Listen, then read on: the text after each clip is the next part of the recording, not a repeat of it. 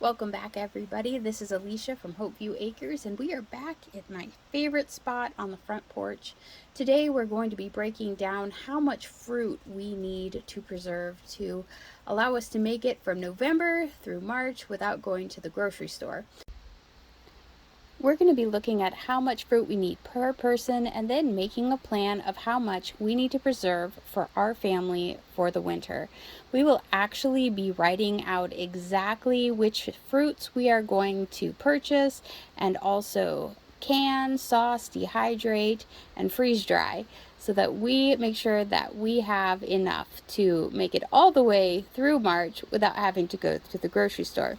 If this piques your interest, but you're like, hey, I don't want to have to can or make applesauce, you can still do this challenge. It's actually very easy to buy canned fruit or applesauce or frozen fruit and stock up a little bit.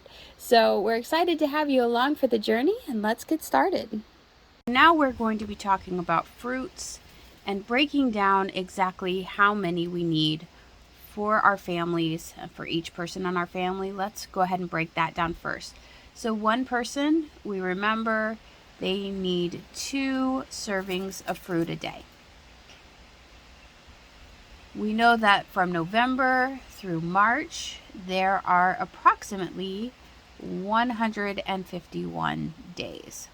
So if we have 151 days times 2 servings per day, we know that we're going to need 302 servings of fruit per person. Now, you just need to take that number and multiply it by the number of people that you have in your family. So I have 302 servings per person, and I have 5 people.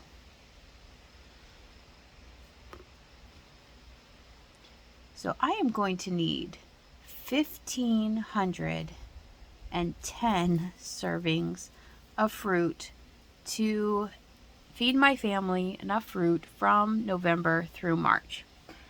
So let's go ahead and break down what that looks like. Now there are several different types of fruits, and a serving size of fruit is considered to be about 80 grams. So what that looks like for different fruits, I kind of wrote them out here for you. So if you're using apricots, 2 apricots is about a serving size. A cup of cherries, 1 peach, a half cup of blueberries. For apples, it's an apple or a half cup of sauce or a cup of juice. Pears, 1 pear. Oranges, 1 orange. Strawberries, 7 large berries. Grapes, 12 grapes. 1 cup of watermelon, a cup of cantaloupe, a half cup of mulberries, a cup of banana, half cup of pineapple, 1 large plum, a cup of rhubarb, and a cup of mango. So those are just some of our favorite fruits that I listed out and what their serving sizes would be. Now, different ways that you can preserve them. You can can them. We love canned peaches. You can freeze them. You can sauce them like we will do with apples and also pears. You can freeze dry them if you have a freeze dryer. And if you don't have a freeze dryer, another great tool you can use is a dehydrator. A dehydrator makes especially wonderful snacks like apple rings, banana chips, things like that. So this is a general breakdown of what the serving size for different kinds of fruits look like. So if we go back to our plan here, we know that in my family, I'm going to need 510 servings of fruit. The list I just showed you had 18 different fruits in it. So if I take that 1,510 and divide it by 18, we will get 1510 divided by 18, and that's going to give us about 87, I believe. So we would need 87 servings of each fruit. Now, all fruits aren't created equal, and some fruits are easier to source, are cheaper, easier to preserve than others.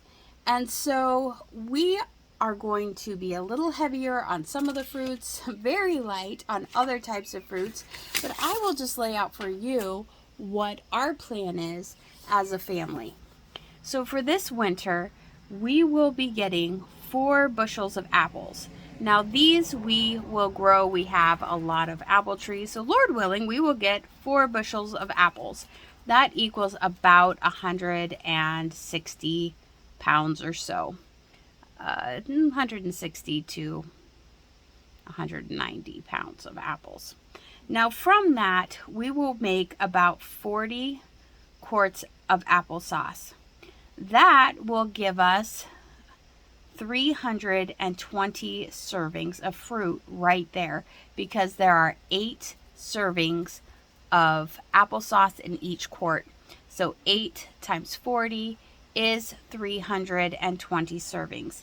I will probably freeze dry or dehydrate another 20 pounds of apples.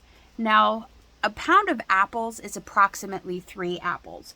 So you would get around 3 servings per pound, depending on how big your apple is. So if we have 20 pounds that we dehydrate, that is going to give us approximately 60 servings of apples in that preservation method.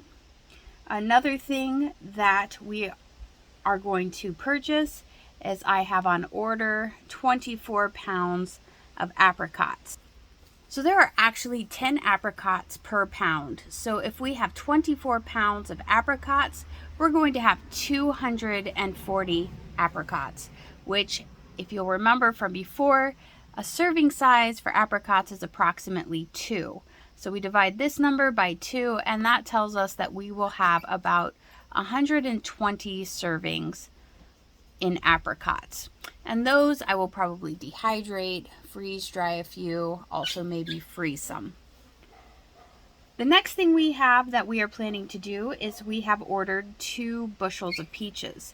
Now I do all of my fruit ordering through a little store in Wisconsin where I get all my bulk foods called Kaufman's Country Store. And so right now you can order apricots, you can order peaches, you can order cherries, blueberries, and pears. So I have orders in for all of those, and then when they get here, I will preserve them. So I have 2 bushels of peaches on order. Now that is about 300 peaches. And we know that a serving size of a peach is 1 peach. So we will can these, we will freeze dry these, we will freeze some of these, but that gives us 300 servings in peaches. The next thing we have is bananas, and I have already preserved about 40 bananas, but over the summer my goal is to preserve 150 bananas. And these are fabulous freeze dried, they are fabulous dehydrated, but if I have 150 bananas and 1 banana is a serving, that's going to give me 150 servings of bananas. The next thing is watermelon. Now, I just got a great deal yesterday in Rockford on watermelon. I was able to get seedless watermelons for, they were $2.69 a piece. So it was a fabulous deal. But there is approximately 15 servings per 10-pound melon. So if I have 5 watermelons at 15 servings per watermelon, that's going to give me 75 servings of watermelon. Now this I will also probably freeze dry, or I will go ahead and freeze some of it, but that will give me 75 servings of watermelon. The next thing, and this is another thing I've ordered from Kaufman's, I've ordered 18 pounds of cherries. Now cherries are fantastic in smoothies, so a few of these fruits that I'm ordering, I'm going to mix together into smoothies and then either freeze them or freeze dry them so they will make for quick breakfasts. There are approximately 3 cups per pound of cherries, and a serving size is 1 cup. So if I have 18 pounds of cherries, times 3 servings for each of those pounds, that's going to give me 54 servings of cherries. The next thing we have are blueberries. I've ordered 20 pounds of blueberries from Kaufmann's, and there are approximately 60 cups of blueberries in 20 pounds of blueberries. And a serving size is a half cup, so that's going to give me 120 servings of blueberries. Blueberries are really easy to freeze. Actually, they take very little processing, and they are fabulous in pies. They're great to add into smoothies. They're high in antioxidants, so they're really a great little fruit. The next thing, I've ordered 2 bushels of pears, and that is approximately pears, and that's approximately 200 pears. So those I will can. Since I'm allergic to apples, I actually like to make sauce out of pears and have pear sauce. So this will give me approximately 200 servings of pears. So as you can see, while that 1,510 number seemed really high, these are adding up rather quickly. The other thing I got a great deal on yesterday when I went to Rockford was I found mangoes, and I got 40 mangoes. They were on sale with flats of 20 for $7.99 for a flat of 20. So I got 2 flats, so I have 40 mangoes. And those last night I went ahead and cut up, and then I put them in the freezer. So I'm going to freeze those. I might try freeze drying a few of those. I'm not sure. We'll see. Or maybe dehydrating them. But 40 mangoes, 1 mango is a serving size. So that gives me 40 servings. The next thing is grapes. So on my docket is to do about 25 pounds of grapes. These freeze dry really well. They also are very easy to freeze. So there are approximately 6 servings per pound. 6 servings per pound at 25 pounds, that gives us 150 servings in grapes. We're almost to the end. So far this year, I've done about 20 pounds of strawberries. They have been on sale for $1.50 a pound. And so I've gone back to the store a couple times, and I have actually freeze dried all of these strawberries. Freeze drying is a wonderful way to preserve strawberries. There's approximately 2 servings per pound. So with 20 pounds, that gives me 40 servings. Now a lot of these will go into smoothies, also great to add to oatmeal. So just a lot of different things that you can do with these strawberries. The next thing is black raspberries, and we have just started picking. So I actually have no idea how many raspberries we're going to get this year. So I just put 5 servings. These are kind of a novelty, so we're going to put these on our ice cream, or maybe add them to a smoothie, or maybe we'll make some jam out of them. But I don't plan on having a ton of black raspberries. It's not going to be one of my main fruit supplies for the winter. If I get more than 5 servings, fabulous, but it will just be one of those treat berries. And then the last thing, I will be buying 10 pineapples, and those I will actually do in the dehydrator or the freeze dryer, or just freeze them. And there are approximately 8 servings per pineapple. So if I do 10 pineapples, I will have 80 servings.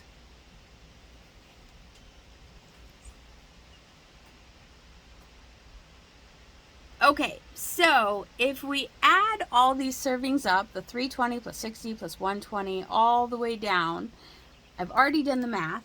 It is 1,714 servings.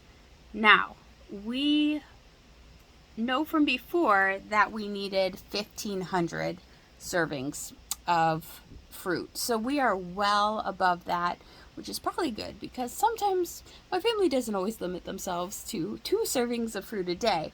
But this gives us a good plan to start with. And now, as we move through the summer and some of these things that we've purchased come in, or we find sales like we did with the watermelon and the mangoes, we can just continue to add those to our food supply and just keep track of how many pounds we've preserved to make sure that come November we have enough to carry us through March.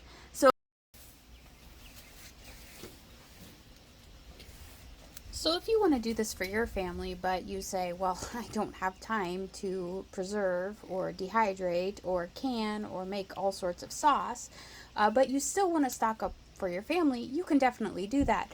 We've already figured out how many servings we need per person and what, just take that number, multiply it by the number of people in your family, and that's going to give you your total number that you are going to need.